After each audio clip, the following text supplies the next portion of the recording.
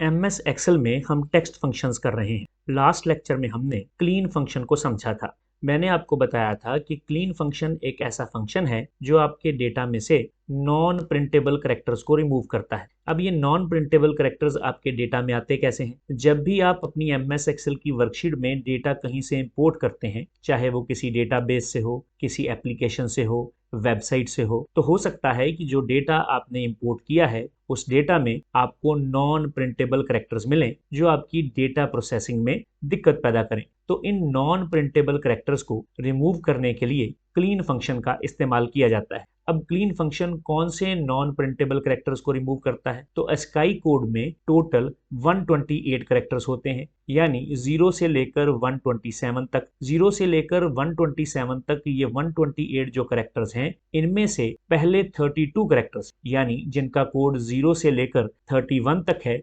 इनको clean function की help से रिमूव किया जाता है। लेकिन क्लीन फंक्शन की एक ड्रॉबैक है, और वो ड्रॉबैक ये है कि क्लीन फंक्शन जो है नॉन प्रिंटेबल कैरेक्टर्स को तो रिमूव करता है, लेकिन आपके डेटा में आने वाली एक्स्ट्रा स्पेसेस को ये रिमूव नहीं कर पाता। अब ऐसा तो हो नहीं सकता कि आपने डेटा कहीं से इंपोर्ट किया है और उस डेटा में केवल नॉन प्रिंटेबल कैरेक्टर्स ही हैं, एक्स्ट्रा स्पेसेस नहीं है। एक्स्ट्रा स्पेसेस भी तो हो सकती हैं, लेकिन क्लीन फंक्शन उन्हें रिमूव नहीं करता। उसके लिए हमें एक और फंक्शन चाहिए होता है जिसका नाम है ट्रिम फंक्शन। ट्रिम फंक्शन एक ऐसा फंक्शन है जो कि डेटा में से एक्स्ट्रा स्पेसेस को रिमूव करता है, यानी जो ड्रॉबैक उसकी थी क्लीन फंक्शन की, उसे ट्रिम फंक्शन रिमूव कर देगा। तो चलिए ट्रिम फंक्शन का इस्तेमाल करके देखते हैं। सबसे पहले हमारे पास एक ऐसी टेक्स्ट स्ट्रिंग होनी चाहिए जिसमें कुछ एक्स्ट्रा स्पेसेस हैं। फिर उसके बाद ट्रिम फंक्शन की हेल्प से उन एक्स्ट्रा स्पेसेस को रिमूव करके देखेंगे। यहाँ पर कोई भी टेक्स्ट स्ट्रिंग लिख लेते हैं। यहाँ पर मैं लिखता हूँ दिनेश कुमार गुप्ता। मैंने यहाँ पर एक टेक्स्ट स्ट्रिंग लिख ली है। अब मैं इसकी लेंथ देखता हूँ कि इसकी लेंथ कितनी है। इक्वल टू लिखेंगे, LEN लिखेंगे, टैब को प्रेस करेंगे, इसे सिलेक्ट करेंगे, ब्रैकेट को बंद करेंगे, एंटर को प्रेस करेंगे, तो आप देखेंगे कि इसकी लेंथ 18 है। दिनेश कुमार गुप्ता में जो कैरेक्टर्स आ रहे हैं, उसके अलावा दिनेश और कुमार के बीच में जो स्पेस आ रही है, कुमार और गुप्ता के बीच में जो स्पेस आ रही है, ये रिक्वायर्ड स्पेस है और इसे भी इस 18 में कैलकुलेट किया गया है। ऐसा नहीं है कि इस 18 में इन स्पेसेस को छोड़ दिया गया है, क्योंकि ये एक्स्ट्रा स्पेसेस नहीं है, ये तो रिक्वायर्ड स्पेसेस हैं। और ट्रिम फंक्शन एक्स्ट्रा स्पेसेस को रिमूव करता है, रिक्वायर्ड स्पेसेस को रिमूव नहीं करता। अब मैं इसको यहां से कॉपी करता हूं। कॉपी करने के बाद यहां पर मैं इसे पेस्ट कर लेता हूं। अब यहाँ पर मैं इसमें कुछ एक्स्ट्रा स्पेसेस डाल देता हूं। जैसे मैंने यहाँ पर 2 स्पेसेस डाल दी। टेक्स्ट स्ट्रिंग के शुरू होने से पहले अगर आप स्पेसेस डाल देते हैं तो ये लीडिंग स्पेसेस हैं। चलिए अब यहाँ पर आते हैं। यहाँ पर एक स्पेस तो पहले से ही है, एक और डाल देते हैं। यहाँ पर एक स्पेस तो पहले से ही है जो मैंडेटरी स्पेस है, 2 और डाल देते हैं। ये इन बिटवीन स्पेसेस हैं। और जो बिल्कुल टेक्स्ट स्ट्रिंग के खत्म होने पर डाली जाती हैं वो ट्रेलिंग स्पेसेस होती हैं। यहाँ पर मैंने 3 स्पेसेस डाल दी हैं। एंटर को प्रेस कर देते हैं। अब यहाँ पर हमने स्पेसेस डाल दी। अब इसकी लेंथ भी देख लेते हैं। यहाँ पर आएंगे, इक्वल टू लिखेंगे और यहाँ पर LEN लिख देंगे। टैब को प्रेस करेंगे, इसे सिलेक्ट करेंगे, ब्रैकेट को बंद करेंगे,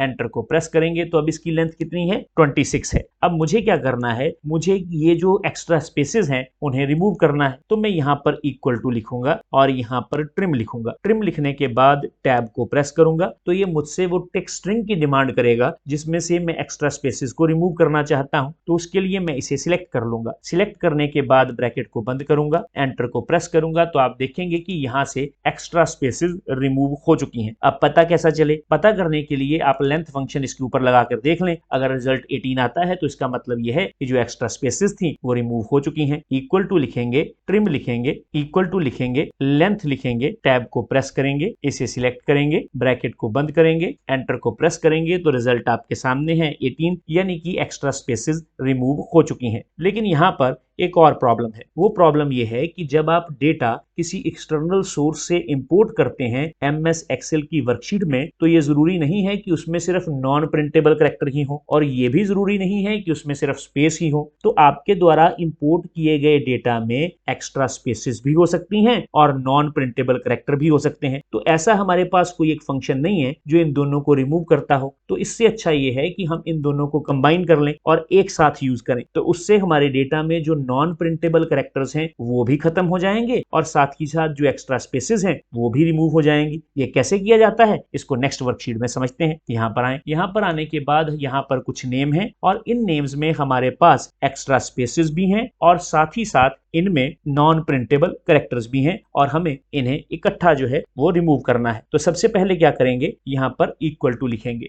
इक्वल टू लिखने के बाद यहाँ पर ट्रिम फंक्शन लगाएंगे। ट्रिम फंक्शन लगाने के बाद टैब को प्रेस करेंगे और इसके अंदर क्लीन फंक्शन लगा देंगे। टैब को प्रेस करेंगे और इसको सिलेक्ट कर लेंगे, ब्रैकेट को बंद करेंगे। अब यहाँ पर सबसे पहले क्लीन फंक्शन काम करेगा, वो इसे क्लीन कर देगा, यानी जितने भी ये नॉन प्रिंटेबल कैरेक्टर्स हैं उन्हें रिमूव कर दिया जाएगा। उसके बाद जो स्पेसेस बचेंगी उन्हें ट्रिम कर दिया जाएगा। चलिए इसको बंद करते हैं और एंटर को प्रेस करते हैं। यहाँ आएंगे, यहाँ पर डबल क्लिक करेंगे तो आप देखेंगे कि आपके डेटा में से नॉन प्रिंटेबल कैरेक्टर्स भी जा चुके हैं और एक्स्ट्रा स्पेसेस भी जा चुकी हैं। लेकिन ट्रिम फंक्शन की एक ड्रॉबैक है। वो ड्रॉबैक क्या है? ट्रिम फंक्शन की ड्रॉबैक ये है कि ये सिर्फ रेगुलर स्पेसेस को ही रिमूव करता है। अब आप कहेंगे कि सर स्पेसेस तो रेगुलर ही होती हैं और कौन सी स्पेसेस होती हैं? जी हाँ, हम ज्यादातर केसेस में रेगुलर स्पेस का ही इस्तेमाल करते हैं। हमारे कीबोर्ड पर जो स्पेस का बटन है वो भी रेगुलर स्पेस का ही बटन है। लेकिन एक स्पेस होती है जिसे नॉन ब्रेकिंग स्पेस कहा जाता है। ये जो नॉन ब्रेकिंग स्पेस है इसे ट्रिम फंक्शन रिमूव नहीं करता।